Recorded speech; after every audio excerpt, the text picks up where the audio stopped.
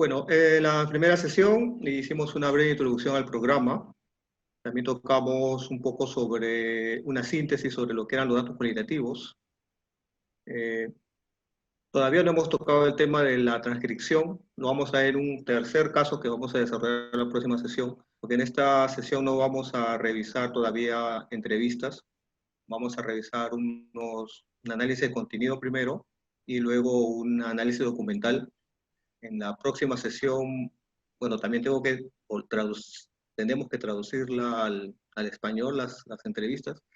La próxima clase ya trabajamos con ellas. Y previo al inicio de la sesión vamos a ver un poco sobre el tema de la transcripción, muy importante para poder desarrollar el análisis. Estuvimos viendo la interfaz del usuario y los componentes del programa. Y en esta sesión, bueno, vamos a ver algunas estrategias de análisis, sobre todo sobre la creación de citas y sobre la codificación, que como bien había mencionado Marisabel en su presentación, la clave del programa es la codificación. En realidad es la reducción de datos, ¿no? La reducción de la información a partir de códigos y categorías. Y eso lo vamos a ver hoy y vamos a continuar desarrollándolo conforme pasen las sesiones. Otra herramienta que es clave y que el programa nos ayuda muchísimo es un administrador para trabajar búsqueda y gestión bibliográfica. Es una herramienta también que no se utiliza mucho acá localmente, pero que el programa nos permite acceder a un gestor de referencias bibliográficas, que en verdad le podemos sacar el jugo y nos va a ayudar muchísimo. También lo vamos a utilizar para el caso. No sé si hoy lo podemos hacer, si no lo vamos en la otra sesión. La primera clase hicimos, solamente voy a hacer una referencia de las ideas de fuerza, no voy a desarrollarlas nuevamente. En la primera clase estuvimos viendo que Atlas City es de origen alemán, de la Universidad de Berlín. Su creador fue Thomas Moore, que tuvo que recurrir para aplicar o para desarrollar el programa a la metodología de la teoría fundamentada, que es de Gleiser y Strauss. No sé si lo han escuchado, y si no, también voy a dejar un material, esta semana voy a dejar un material terminado la clase para puedan ustedes adentrarse un poco a la metodología de la teoría fundamentada, que es la metodología básica con la cual se ha desarrollado el programa. El programa tiene ya muchos años, desde el año 93, que surgió la primera versión del programa, y en la actualidad estamos en la versión número 9, ¿no? Acá también en los apuntes pueden ver la página oficial del programa, donde pueden descargar los ejemplos. Uno de ellos se los he enviado para poder hacer la práctica con el programa. Vimos también cuál era la diferencia un poco sobre lo que es el enfoque cuantitativo y cualitativo. Discutimos sobre que el enfoque cuantitativo es secuencial y probatorio, ¿no? Y que cada etapa precede a la siguiente y no se puede brincar o eludir pasos, ¿no? Esto es importante destacar porque el enfoque cualitativo, a diferencia del enfoque cuantitativo, se trabaja en espiral, a lo que el enfoque cualitativo es lineal, ¿no? Perdón.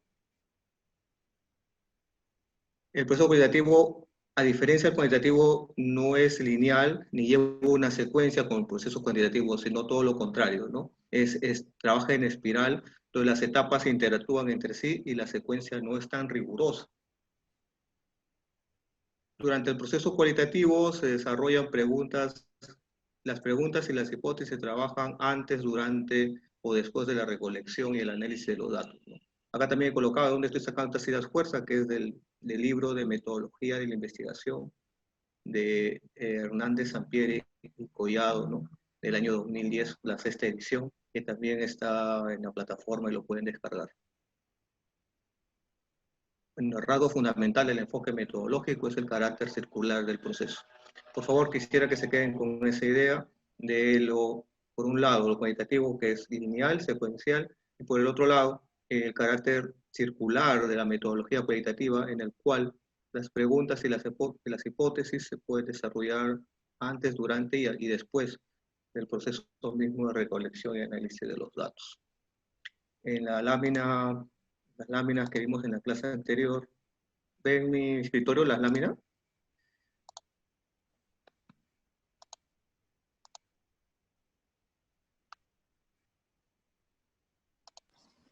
Ahora sí, PowerPoint.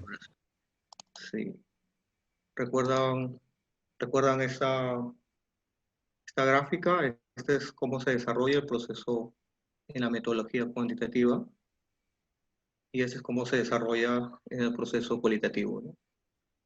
También vimos que el principal instrumento de recolección de los datos es el propio investigador, ¿no? Porque es el que desarrolla, el que lleva adelante la investigación y utiliza distintos métodos o técnicas como es la observación, la entrevista, la revisión documental, los focus group, las notas de campo, video, uh, fotografía, ¿no? Vemos un poco también lo que qué son los datos cualitativos para diferenciar los datos cuantitativos, ¿no?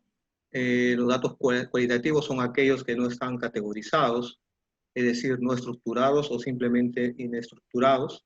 Conversamos mucho sobre este aspecto, ¿no? Sobre la cualidad de los datos cualitativos, que se puede considerar como datos brutos, pero que en el proceso de codificación o de categorización van perdiendo esa cualidad de dato inestructurado y poco a poco se va cuantificando, ¿no? Perdiendo así su cualidad cualitativa, ¿no? Más o menos esas fueron las ideas fuerza de lo que desarrollamos en la clase anterior. Yo les rogaría que por favor lo tengan bien en cuenta. Son las ideas clave de lo que hemos discutido en la clase anterior, sobre todo sobre la diferencia entre el enfoque cuantitativo y cualitativo, y sobre las características del dato cualitativo, ¿no? El material que utilicé para esa sesión lo tienen ustedes, Hernández, Sampier y Collado, Metodología de la Investigación. Y sobre el dato cualitativo es un artículo que publiqué para la Facultad de Sociales en la Universidad de San Marcos, ya hace años atrás, que también lo voy a compartir, lo voy a dejar en la plataforma. Bueno, entonces vamos ahora con lo que compete esta sesión. Por favor, cualquier duda que tengan, no duden en hacerla, ¿ya? Pueden interrumpir sin ningún problema. Bueno, vamos a ver ahora cuáles son las pautas metodológicas del análisis de datos cualitativos con Atlas. Recordarles que también vimos en la clase anterior cuál era la paradoja de la investigación cualitativa, ¿no? Es precisamente que la cantidad de información que se puede obtener de escasas fuentes, ¿no? Es común encontrarnos en la investigación cualitativa con ingentes cantidades de información, ¿no? Y a veces de pocas fuentes, de pocos informantes o, o mucha información que se recolecta en campo que termina apremiando al investigador, ¿no? Entonces, el Atlas T, en este caso, es un programa como el En Vivo o Ethnograph que nos ayuda, nos facilita el trabajo de análisis cualitativo. No necesariamente es un programa que analiza por el investigador, pero sí es un programa que facilita precisamente contrarrestar la paradoja de la investigación cualitativa respecto a la cantidad de información que a veces termina abrumando al investigador, ¿no? Más aún si si nos encontramos pues con algo como esto, ¿no? Isabel había comentado un poco eh, sobre cómo se hacía antes la investigación. Y yo recuerdo mucho y por eso siempre comparto esta, esta lámina, donde podemos ver cómo antes teníamos que recurrir a lapicero de colores o a resaltadores o a fichas de colores para poder hacer el análisis cualitativo. Y normalmente el análisis cualitativo se reducía a hacer descripción, por ejemplo, de documentos o de entrevistas. No había una metodología clara de cómo debería realizarse o cómo debe realizarse el trabajo de análisis.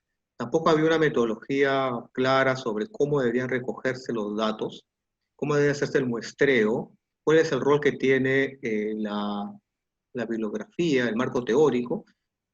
Entonces había varios aspectos oscuros y en esa oscuridad, y más aún, sin un programa de soporte como el Atlas T, podíamos recurrir a lo que se aprecia ahora la lámina, ¿no?